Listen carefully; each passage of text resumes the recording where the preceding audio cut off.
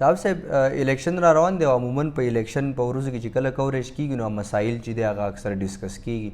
نو د سواد په حواله باندې یو کامن مسله خو مونږ بهر اینو هم هغه محسوسو هم خو نن سبا چې د نو هغه د ټریفیک مسله ده تقریبا 27 کیلومتره روډونه دي لینک روډونو سره په دغه کې منګوره کې او په هغې باندې ګاډي چې دي نو 60-65 هزار پیر سے جمعرات رادنه کیږي او هم دومره تې وځي نو که مونږ شمېره وکړو د دې کیلومیټرو او د روډونو نو په یو ټایم کې 15-16 زره ګاډي نه راځي نو دومره غټ فرق دی او یو جګه جوړه شوې ده او د کم نه خلاصۍ چې دی هغه په نظر نه راځي. مهمه مسله دی رامخې ته کړه. مونږ چې اکثر دا لیکونه یې نو اخباراتو کې چې کوم دي که نه دا خبرونه یې نو دا مشران په یو نقطه باندې زیات زور ورکوي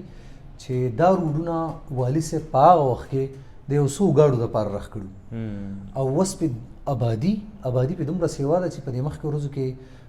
مونږ یو ډاکومنټري لا په ډرون باندې یو شاټ اخیستو نو محترم فضل خالق صاحب په هغې باندې یو تصویر اخیستی دی او هغې صاحب ته یو د یوې زاویې نه اخیستی دی. هغه تصویر که تا ولیدو ستا بړه خوږ شي چې دا مونږ چې ورته د دې ملک آباد دا غر دې ته عموما خیټا غر وایي د خیټا غر د سوکړۍ پورې چې کوم دی نو کورونه ورسېدو دې طرفونو ته دې غرونو ته مونږ داسې کتل نو د نیمې پورې دا آبادیانې رسېدلي دي او صرف د غرونو له پاسه لږ لږ ځایونه پاتې دي. د یوې زاویې نه تصویر دی د هغه په فیسبوک وال باندې پروت دی. د یرې خبره ده د کنکریټ ځنګل دی ټیک شو او د دې سره چې کوم دی یو خبر راته رایادېږي چې تاسو وایئ په دې روډونو باندې بوج که نه نو یو خو د والي صاحب روډونو له چې کوم دغه پرېښودم زموږ د یو ملګري د بایک سره چې کوم دی یوه رشکه جنګېدلې وه او هغه رشکې والا بیا هغه ته سپکې بدې ردې ورته مو ویلې وې نو هغه لګېدلی او د هغه رشکې نمبر یې نوټ کړو نو موږ په هغه راپورټ کوو چې راپورټ یې پرې وکړو دا د نن 3-4-5 کاله الله تعالی مې دې نه نیسي چې څونه زړه خبره ده خو چې موږ راپورټ ته لاړو نو هغه سوچو ملګري چې ماښام ټلیفون وکړو ما ته ویل چې یاره ته راشه لږ زه پسې لاړم نو زه چې د یو کم کس چې هغه نمبر ورته ویلی شوی چې یاره په دې رشکه نو هغه خندانه شو نو هغه یاره په دې نمبر باندې 8 رشکې چې دي وی د یو سپینه ګیره ده او بل چې کوم دی ینګ هلک یو دا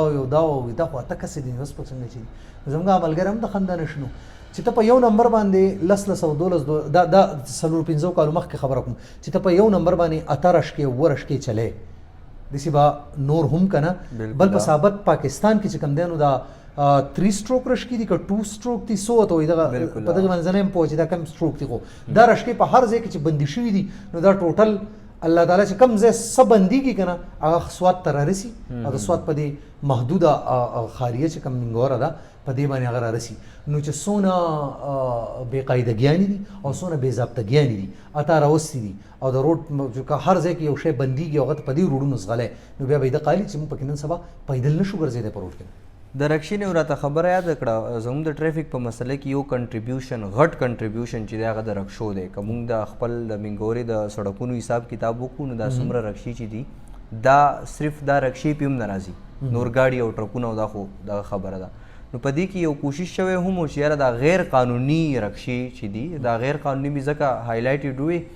چې کله هغه خبره شو چې یاره دا غیر قانوني رکشې دي لر کړی شي نو پای باندې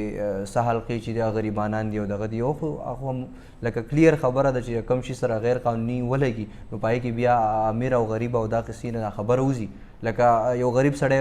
منشیات خرڅوي نو موږ وایو چې بس پرېږده کور پې روان دی خیر دی غریب دی شریکي دی نو چې کم شي سره غیر قانوني ولګي نو هغه اکنالج کول پکار دي لکه په یو نمبر باندې اته تر ډېر شی دی هغه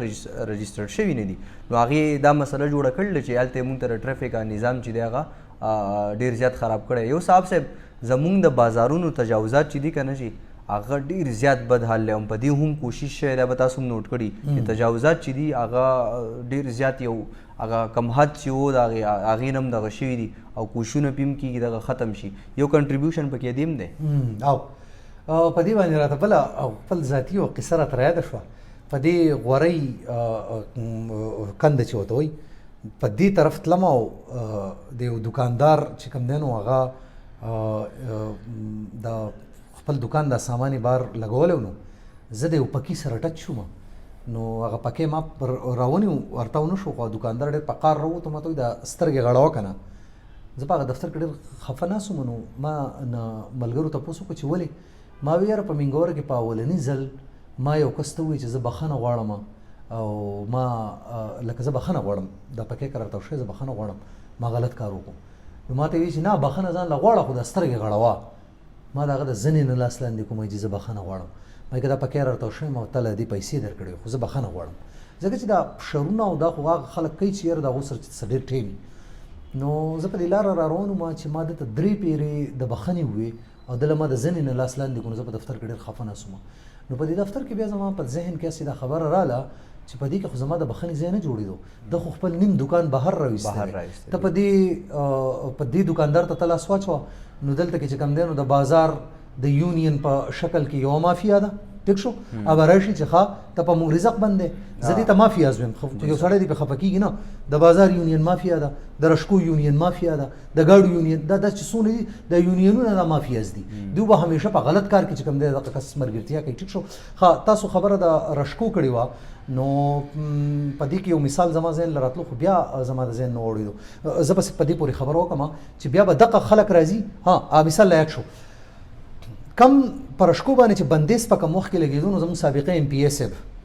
د بنګ ایم پی ایس بالکل هغه چې کوم دی یو ورځ ورته ډېر شی امیلونه په غاړه شي او یو ګاډي ته ختلی و چې په هغې په هغه وینډ سکرین ورته تاسو وایئ په هغې کې بره راوتی و دغې ته وینډ سکرین وایي غالبا سنروف باندې که نه سنروف باندې بره راوتی و ډېر شی امیلونه ورته اچولي و دا ګلونه پرې اچولی کېدو. ما راځه تپوس وکړو ما خیر دی وی ار ایم پی ایس په ډېر غټ کار وکړو. ما څه شی وی دلته کې په دې رشکو والې بندیز لګولی نو هغه لاړه او هغه چې کوم دی نو اثراندازه شو او هغه ټول رشکې او هغه کیسه یې ختمه کړه. نو ما سوچ وکړو ما وی ما ته خپله خبر را یاده شو چې هلکه دا خو هغه څلور اته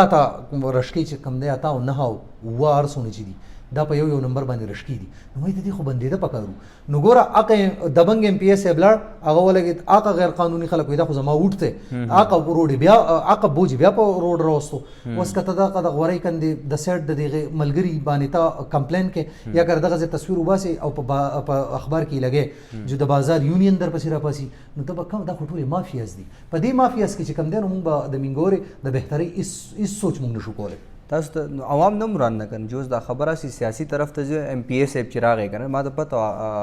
هغه ویډیوز مم کتي او عموما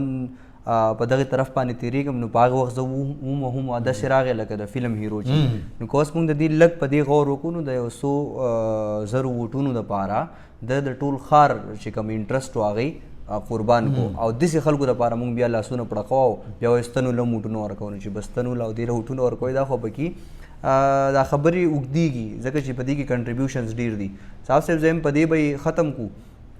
چې لږ چې په نظام کې دغه نشته چې هغه په زوره باندې یا په قانون په لار باندې دا هر څه ریګولرایز کړي. پکار ده چې موږ شخصي خپل لږه حساب کتاب خپل وکړو چې یاره یو کس ته دکان بهر دغه لږې را دې خوا کړي نو په دې کنټریبیوشن کې یا په ټریفک کې که موږ غلط ګاډي ماړي یا خوا دې خوا درو خپل هغه ذاتي کوشش پکوو. یو په تلو کې به یو خبره کومه دا هر څه خو مونږ ووایو خو دا کم ټریفک دا پولیسان یا دا پولیسان کم چې دې کار له مختص دی چې یاره دوی به دغه مسایل حل کوي د هغې درته یم جي ښه بالکل به ټریفک جیمي صحیح ده چې د دې غاړې او بس یو دوه ګاډي به ډاکسنې مره پولیس په بدتمیزۍ راشي او خپل افسر به هم د پولیسو په دې لین کې منه نوځي او ښه به ورته پته چې دا ټریفک جام دی او دا دغه کول غواړي هغه الټه په هغې کې هغه خلل دا عموما ډېر زیات کېږي دا کیسز چې کله هم ټریفک جام نو افسر وایي نه ورو ځان له به جامي خو زما خو پکې پرېږدی نو دا یو څو خبر دی چې په دې باندې کار پکار دی. او د تلو نه مخکې به پکې یو معمولي پوینټ زه ووایم چې په دې باندې ډېر ښه لیکونه چاپ شوي دي. په دې باندې د فضل ربي رئیس صاحب یو کتاب هم د مینګوري مسایلو باندې ټیک شو په هغې کې ډېر ښه تجاویز و. په دې کې فیاض ظفر ډېر ښه لیکل کړي په یو ټایم کې یو تجویز دا کیدی شي چې دا دونه ډېرې رشکې دي ته یې نشئ بندولی نو دې له یو کار پکار دی غالبا چې دا اوس په زه لږ کنفیوز کېږم خو ما ته غالبا دا د فیاض ظفر لیک ښکاري دا د رئیس صاحب د کتاب نه دا پوینټ نه دی. هغه وایي چې تاسو د ګاډو له رنګونه ورکوئ لکه ټولو رشکو له یو نیمو رشکو له ګلابي رنګ ورکوي نیمو له زیړ رنګ ورکوي. ګلابي دی د سهار 8 بجو نه واله د مازیګر د 4 بجو پورې یا د 2 بجو پورې دا د یو شفټ چلیږي د ماسپښین دغه د 2 بجو نه واله بیا آنورډز چې څونه د شپې څونه ټایم دی د دې پورې د بل رنګ چلیږي دا به لږ بوج کم کي. یو په دې کې ګوره خبرې بیا زیاتېږي خو په دې کې په کټ ګاډو پابندي پکار ده په دې کې چې کوم دی نورې هم خو ستا خبره چېرې دا خبرې به اوږدېږي نور تجاویز ستاسو ورکړل نو موږ خو صرف خبره کولی شو او دغه پی ویل شو چې یاره په دې باندې دا مسلې کمیدې شي. نور خو چې څوک دا مسلې کمول غواړي چې کمی نو په 2 سکند کې کمول شي، خو دغه خلک هم وایي چې پرې دا مسلې دا خلک پکې نښتي، دا غتنګ او چې دا خلک انګیجي چې د دې ریل مسلو ته خیال نه نو پرې چې دا بادیم سیوا کیږي او د نور ضلعونو هم خلک دړه روان دي او په دې یو خار باندې د بوج دی. نو موږ پکې ست خدای نه سوال کولای شو او مسلې ته مسله ویل شو، نور حل کوونکي په خپل نه حل کوي. بس په دې به زه ختم کم چې تاسو کوم دا مثال ورکو چې دا تجویز دا په انډیا کې فالو کیږي، خو تاسو خبره د مسله دار چې انډیا هم د پډزو او پډزو باندې به ویل کیږي چې یاره مونږ ته خډزي کوو مونږ میزایل خدي او دا داسې دي. هغه انډیان چې کوم پریکټیکلی خپل الته اصلاحات کوي هغه مونږ چرته هم نه چې یاره انډیا دا کوي راځي چې دا هم وکړو.